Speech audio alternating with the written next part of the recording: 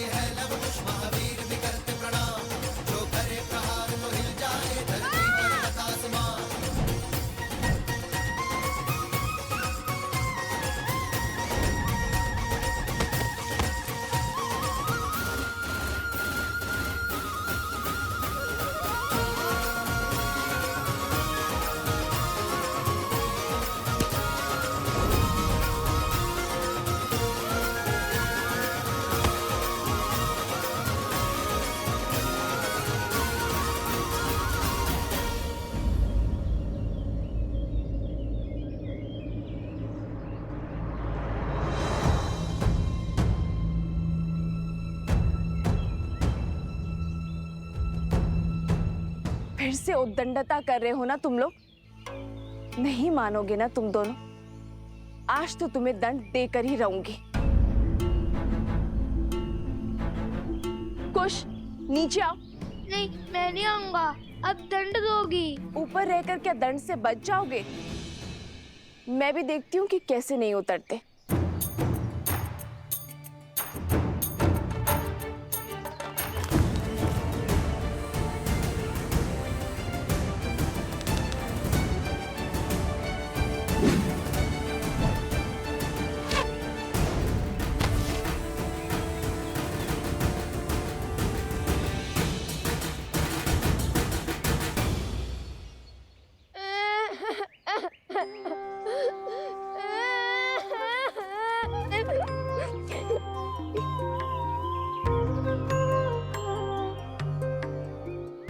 मैंने बहुत बोला लव भैया को कि मुझे ऊपर मत भेजो, माता क्रोधित होंगी।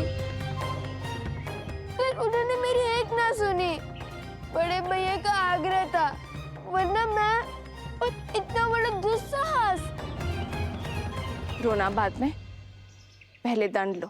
जब डांटने का उद्देश्य पूरा हो गया, मैंने रो भी लिया। फिर क्यों डांटना? जो नहीं रो रहे हैं उन्हें डांटिए ना। बहुत बचाल हो गए हो तुम दोनों। आज संध्या का भोजन तुम दोनों को नहीं मिलेगा। जाओ, यज्ञ में भूखे बैठे रहो।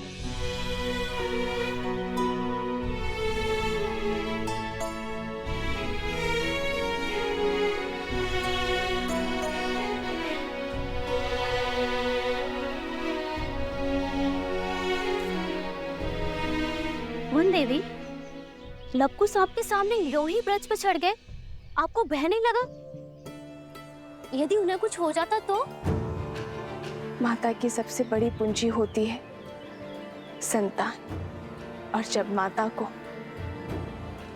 अपनी संतान की योग्यता पर संदेह लगने लगे तो समझ जाओ कि उसे संदेह अपनी दी गई शिक्षा और संस्कार पर है। ओम भूर्भुवस्सुः तत्सवितुर्वरेण्यं भर्गो देवस्य धीमहि धियो यो नः प्रचोदयात्।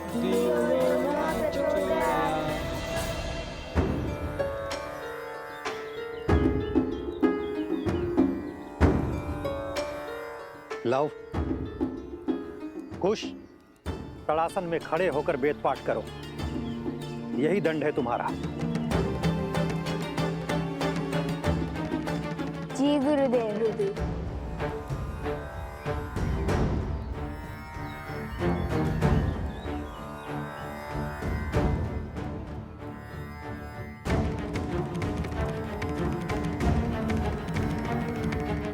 देख रहे हैं लव भैया, कैसे माता और गुरुदेव से हमारी चुगली करके हमें दंड दिलवाकर कैसे मुस्कुरा रहा है ये शांडिल्य।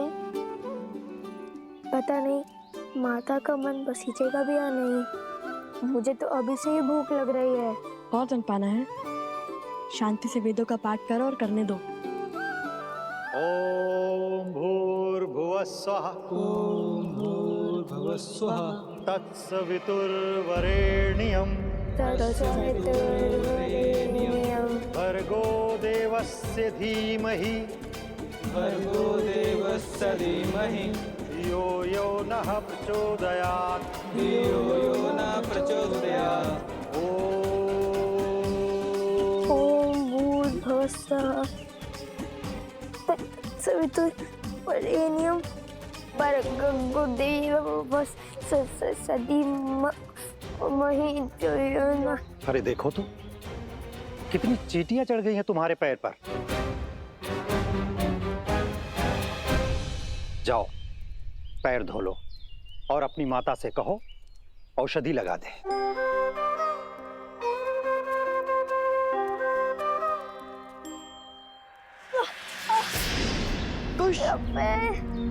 भैया सहायता करो। जाओ सहायता करो। जी गुरुदेव। कुश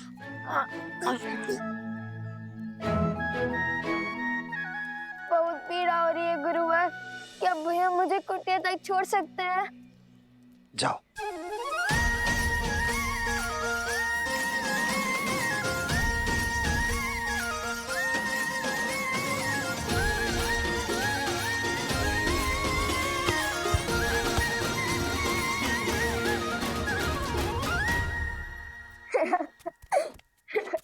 क्या आवश्यकता थी इस स्वांग की? आवश्यकता थी भैया। हमने देखा नहीं शांडिल्य का मुख कैसे उल्लू की भांति उतर गया था।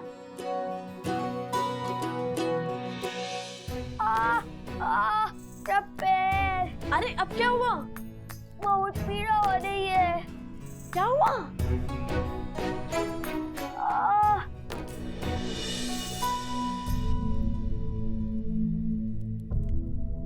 क्या हुआ कुश? कैसे हुआ ये सब? तारासन में खड़े खड़े वेदों का पाठ कर रहे थे, तभी चींटियों ने काट लिया इसे। इतनी पीड़ा हो रही होगी ना, मैं औषधि बनाती हूँ जिससे तुम्हारा कष्ट छूमंतर हो जाएगा।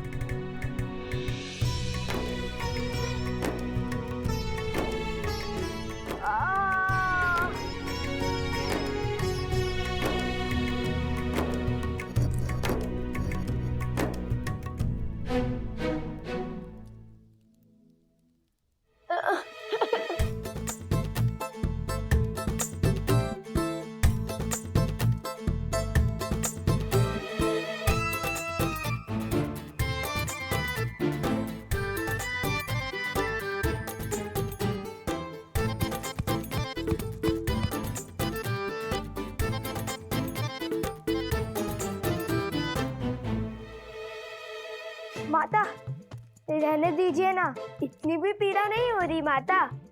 तनिक सी चींटियों के काटने से वीरों को कहाँ कुछ होता है।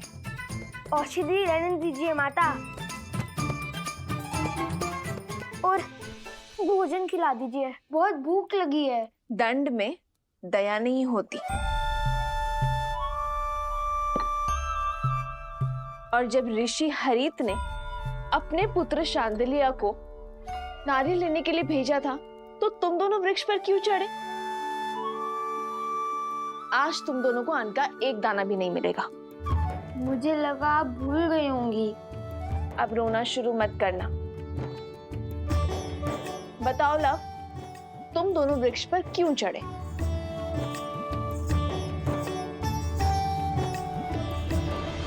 हम ये जो पूंछ लगाकर घूमते रहते हैं ना, उसके कारण आश्रम के सभी बालक हमारा उपहास उड़ाते हैं, वानर वानर कहते हैं। तो तुम दोनों पूंछ लगाते ही क्यों हो? क्योंकि हम श्री राम के सबसे बड़े भक्त हैं।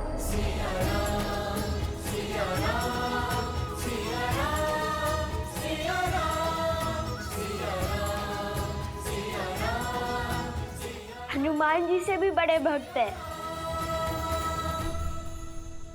इसलिए पूंछ तो लगानी ही पड़ती है ना।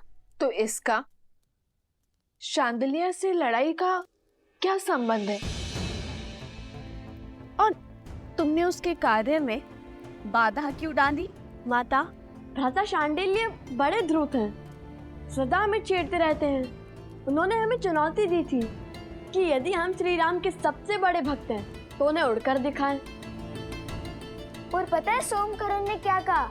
हनुमान जी के पिता तो स्वयं पवन देव हैं। तुम्हारे पिता कौन है बताओ?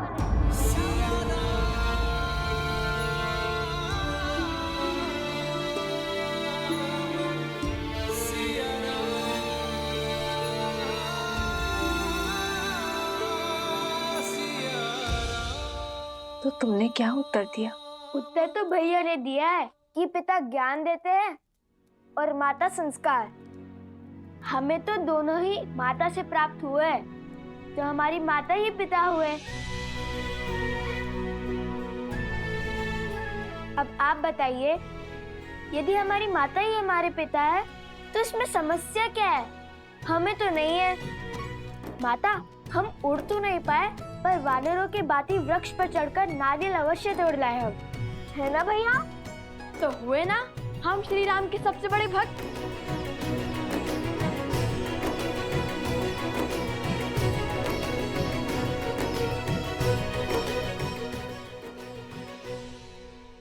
नहीं, तुमने केवल वीर हनुमान की नकल की है। चलो बैठो। उनसे बड़ा भक्त बनने के लिए बहुत समय और बहुत तपस्या लगेगी।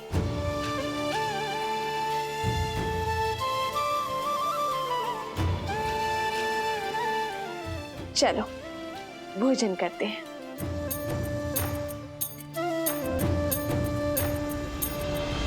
किंतु भोजन करेगा केवल लव।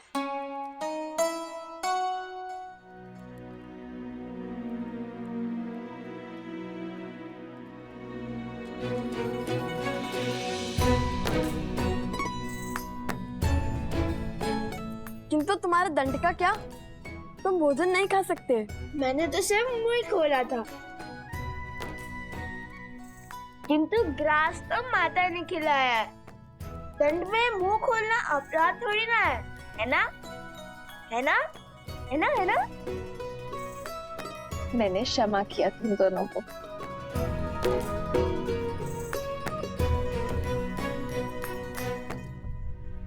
माता, जब हम राजा राम से मिलेंगे ना तो उन्हें अवश्य बताएंगे कि हम हनुमान जी की भांति वृक्ष पर चढ़ सकते हैं, भांति भांति के कर्तव्य दिखा सकते हैं। फिर उन्हें विश्वास हो जाएगा कि हम उनके सबसे बड़े भक्त हैं।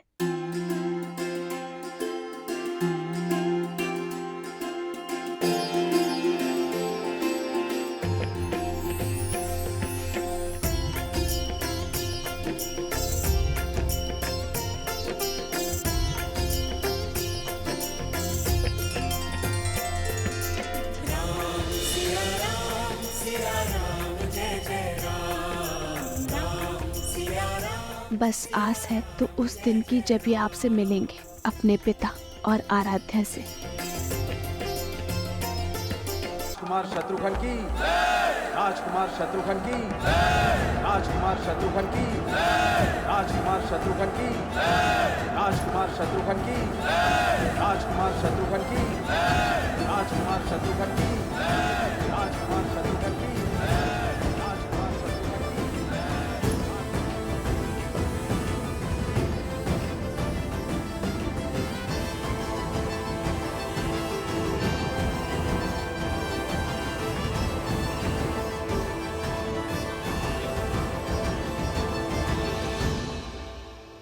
राजकुमार शत्रुघ्न नहीं, मधुपुरी का राजा शत्रुघ्न कहो।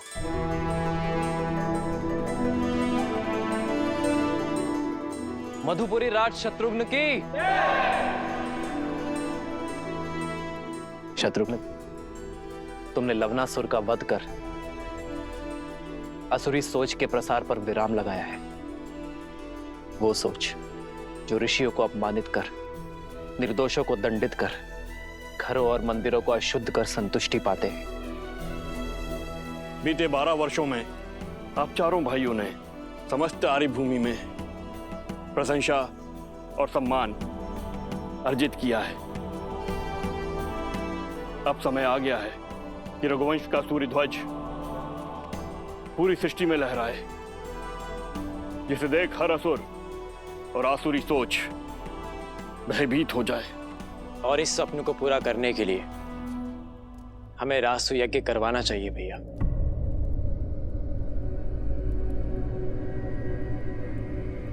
नहीं भरत,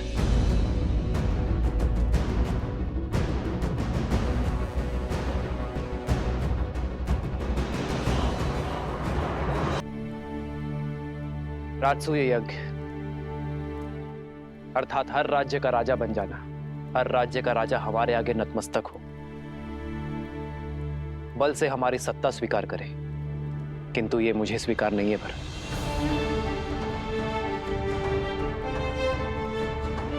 रामराज्य का लक्ष्य है कि हर कोई मन से स्वतंत्र अनुभव करे, मन से मुक्त अनुभव करे। किसी का राज्य छीनकर मैं धर्म का प्रतीक अयोध्या का पावन ध्वज नहीं लहरा सकता भरत। जिस राज्य का राजा सहर्ष हमारी नीति स्वीकार करता है, उसे सुख से राज्य करने का अधिकार अवश्य होना चाहिए। हमें केवल मित्रता और संधि की चाह है, और इसलिए मैं राजसूय यज्ञ के लिए सज्ज नहीं हूं। किंतु राजगुरु वशिष्ठ की बात उचित है। हमें सूर्यवंश की छत्र छाया समस्त भारतवर्ष में फैलानी चाहिए। भैया किंतु ये होगा कैसे? अश्वमेध यज्ञ से।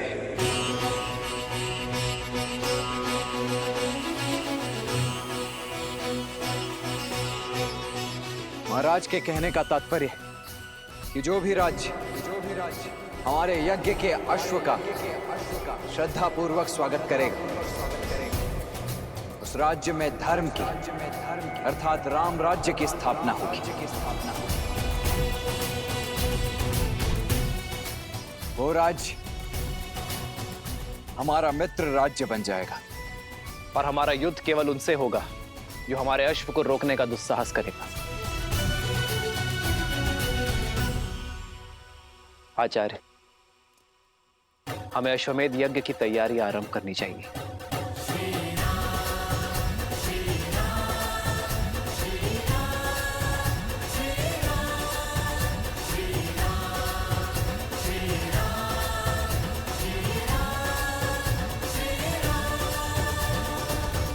के कहने का तात्पर्य कि जो भी राज्य हमारे यज्ञ के अश्व का श्रद्धा पूर्वक स्वागत करेगा, उस राज्य में धर्म की अर्थात राम राज्य की स्थापना होगी। और हमारा युद्ध केवल उनसे होगा जो हमारे अश्व को रोकने का दुस्साहस करेगा। आचार्य, हमें अश्वमेध यज्ञ की तैयारी आरंभ करनी चाहिए।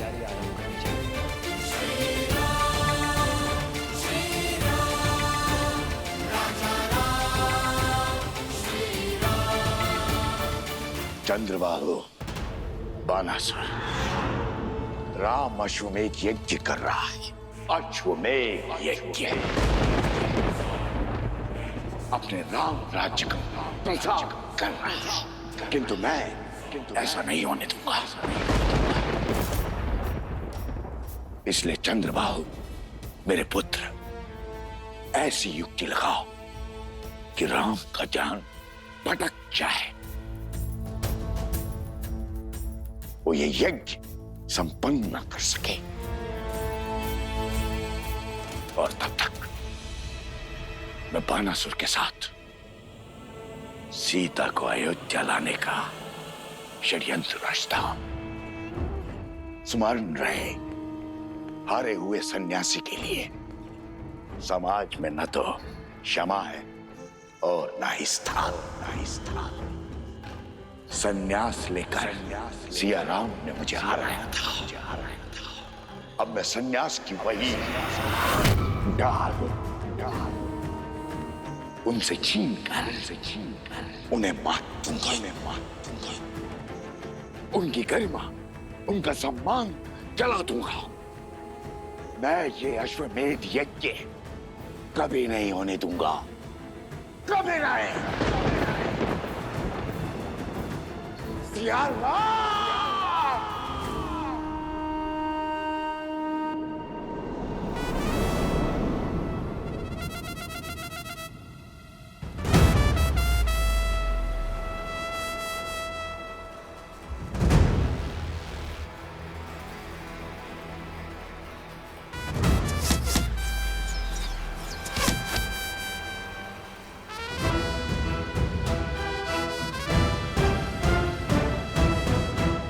इसमें कौन सी बड़ी बात है लवकुश?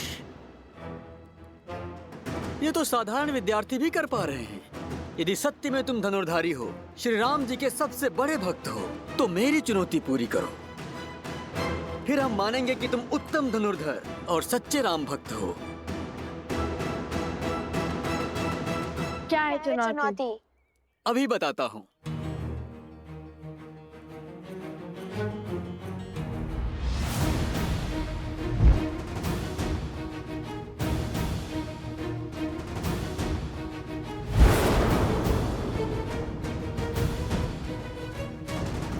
तुम्हें इन मटकों को भेदना है।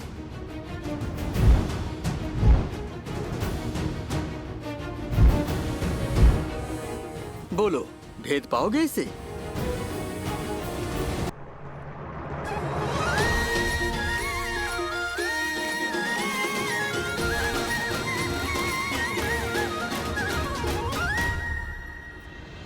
इतनी सरल चुनौती, लगता है द्वेष की अग्नि धीमी पड़ने लगी है।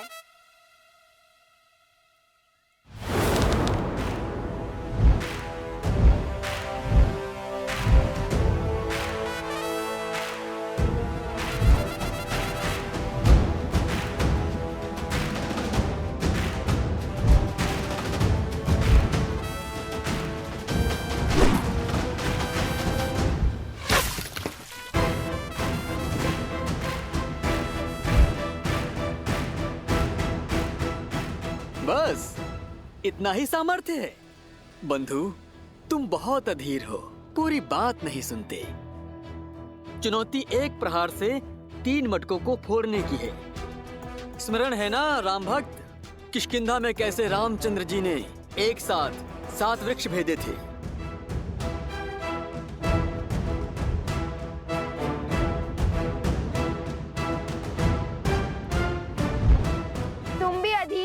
शीघ्र प्रसन्न हो जाते हो भ्राता शांडिल्य।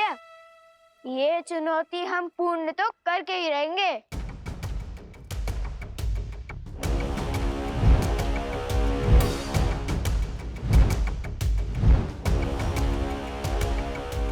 चाहिए भैया, भेज दीजिए।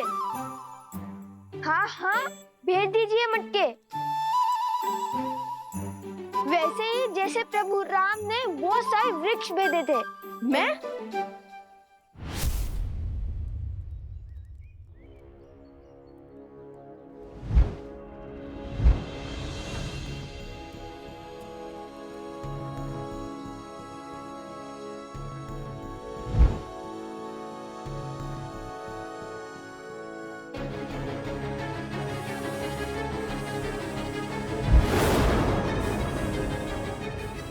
रुको रुको, वहां से नहीं, तीनों मटकों को यहाँ से भेजना है। यहाँ से, जहाँ पे मैं खड़ा हूँ, बाण यहाँ से चलाना है।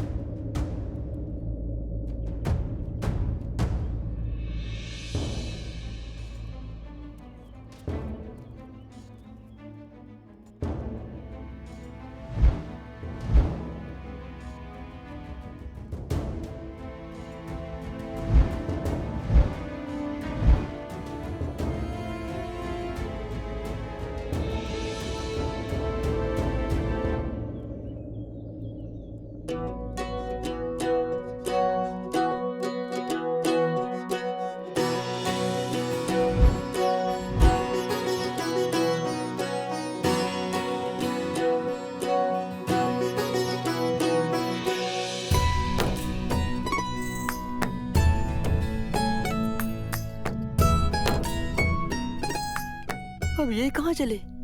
लगता है पराजय स्वीकार कर ली इसने।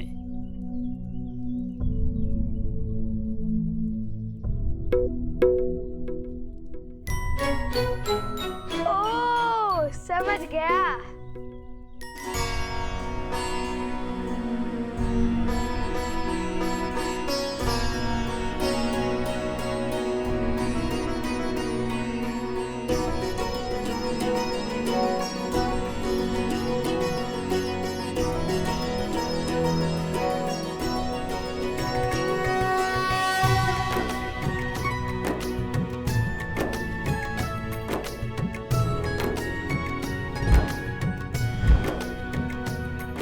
क्या देख रहे हैं भैया?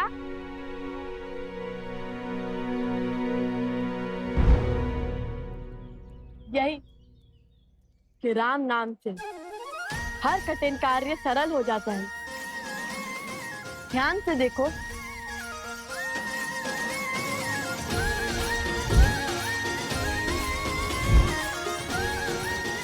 भैया अब ये 3 मटकों को अवश्य एक साथ भेदेगा।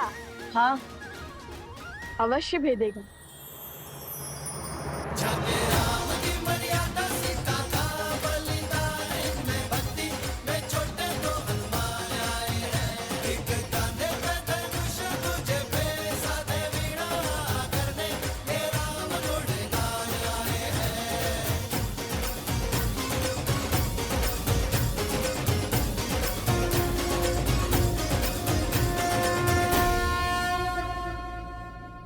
हमारे मित्रों को हमारी राम भक्ति पर संदेह है।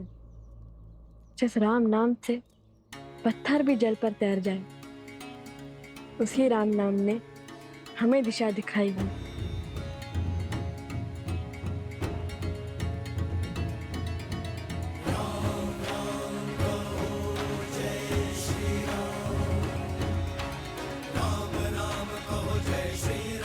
राम सर पे हो रघुवर का हाथ तो हर दुविधा आसान